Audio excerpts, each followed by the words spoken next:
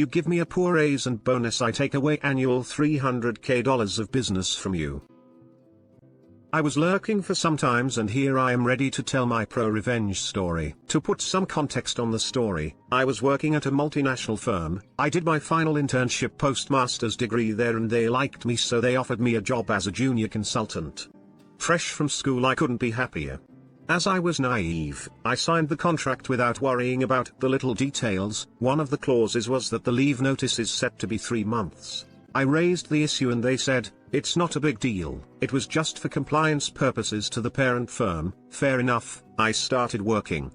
In my second month, a colleague screwed up big time. He did something by mistake jeopardizing one of our biggest accounts, and one of the biggest banks worldwide. Easily could have made it to the news headlines. They fired the guy and offered me to work on the account. At the time I had not enough experience to handle working on a team that manages one of our biggest clients, but accepted the offer anyway. I start working with the team located in a different country to work on the international bank, which is branch practically everywhere, so there were a lot of interactions with associates all over the world. They were very happy with my work, and I even had my own team to work for me when I have to multi-account.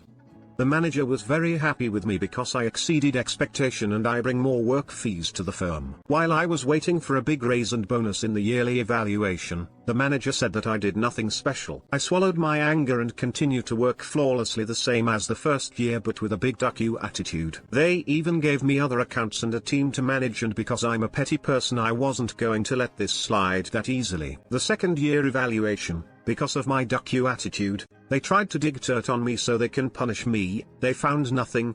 The client was very happy with my work.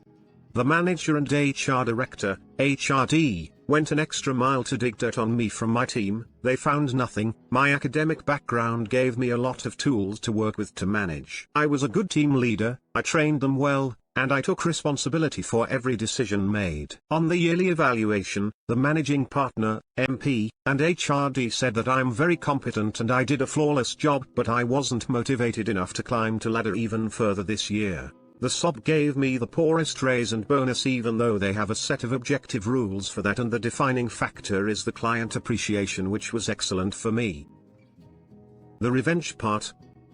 It was like the stars were aligning for me. In that big bank account, I was the only remaining from the team, and because it requires a lot of international coordination, not everyone could keep tab on everything, and there was an account history to keep an eye on. We worked with a lot of high-profile associates around the world, and they are pretty much zero mistake tolerance. As I was the remaining member of the old team, the account associate requested me to come visit him in another country and expressed to my manager how much he relies on me on the upcoming season.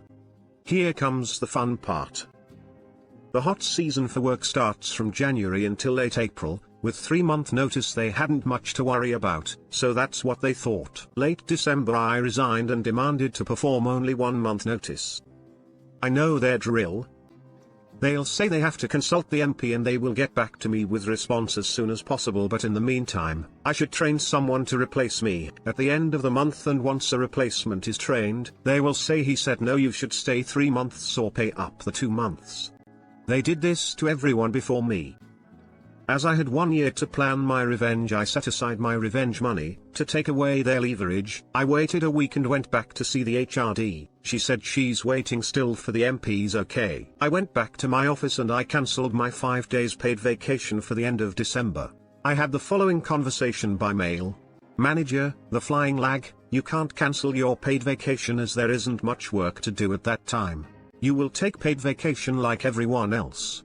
Me, I won't take it. I'm not like everyone else. I'm on resignation notice. Manager, doesn't matter, you'll take it nevertheless. Me, as stated by labor laws, the employee on resignation notice can't take paid vacation, otherwise it will extend their notice by the said vacation unless there is an agreement between the two parties on it. Which on our case is not. With nothing left to say, she forwarded the mail chain to HRD and she sent me a mail to come discuss this matter with her. Me, I'm being professional. I demanded my notice reduced and a person to train. 1 week's passed and no replacement, and I'm still waiting for your feedback. HRD, we didn't find the right person to replace you and we are still looking. Me, I don't care that much. You said in the evaluation I did nothing special and I haven't what it takes. You climb. HRD, noticed my evil look. Sure, it was brutal how we treated you, but you can't leave. You'll stay 3 months and we have a plenty of time to find someone to replace you and you will train him. Me, that's not going to happen. At the end of the month I'm leaving and you can't stop me. HRD, in this case, you pay 2 months salary, which a lot. Me, no problem. I was prepared for that eventuality. My check is ready. She panicked and she called the manager and the operations director, to the meeting. Them, you can't leave. Even with paying we have to accept, which won't happen.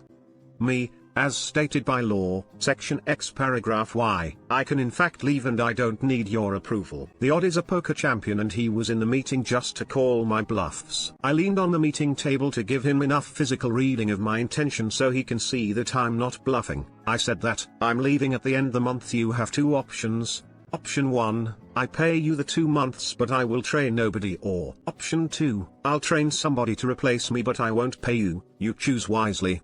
HRD, this is blackmail. Me, you called it whatever you want, that's my offer, take it or leave it. You have less than 3 weeks to decide. OD, how can we make sure you will train him well? Me, you don't. If you want the second option, I need a written agreement before I start the training. In the rush they agree to give up the 2 months pay in exchange of training someone. They find a junior without any experience to fill for me. I gave her a lousy training, and after 2 months the client wasn't happy. He dropped our firm. To have some perspective, on the bank account I alone scored 2,000 hours with hourly fees of $200. They basically give up over $300K annually from that account because they thought it was wise to screw a junior staff on his raise and bonus for 2 years. Easy on my English, it's my 3rd language. TLDR. Manager gave me a poor bonus and raise for 2 years even though I did an outstanding job. I make one of the biggest clients drop them. Edit, for the poor girl I trained, she was understanding. I did apologize to her in advance, and I suggested to her to take the account on the condition that she shouldn't take the blame for any potential downfall. According to a friend still working there, she didn't take any blame. Edit 2, I didn't need their reference. I had already an offer somewhere else and I explained to them that my current employers are dicks and they will try to pull shitty moves on me. I had nothing to worry. For future references, it's not that common in my country. They are required by law to give me a formal paper citing the period I worked there and the title I had. Potential employers generally demand that paper to prove that you work there and they will not contact them for anything. Edit 3, to add a layer to the reference matter, they are known in the marketplace for being dicks. A colleague and a friend of mine resigned 2 months before me to go work for a branch of a multinational IT company. They pulled the same shit on here. But once she left, the CFO of that branch called to HRD to tell her that they got my friend, just to piss her off even more. It turned out the HRD was in that branch before and she burned every bridge there while quitting. Edit 4, to those whom are saying I'm an entitled dick, yes I am. If you offered me, a junior, an account and you stressed to me how it's sensitive and it takes a lot of stress resisting with little to no safety net, a senior got fired for it, and it will be rewarding in the yearly evaluation, I expect you to deliver. I didn't quit the first year because I needed that 2-year threshold to have good offer elsewhere. Edit 5, 3 years later.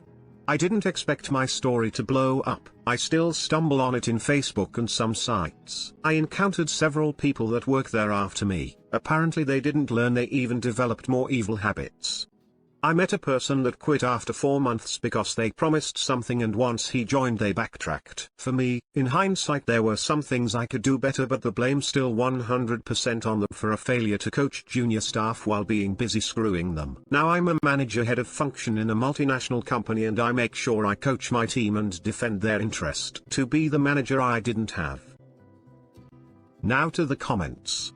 Man, this hits close to home. I got thrown into a position after 2 senior engineers got booted by our client. I was only 3 years into my career, 6 now, and have been given the same review each year. Basically you are nothing special and anyone can do it, but when I counter with the 2 senior guys who got removed from the project because of their performance couldn't do it, the company says nothing. It's a shame that organizations don't recognize this. It's the difference between making an employee who will take a bullet for the CEO versus making an employee who will not put in any extra effort.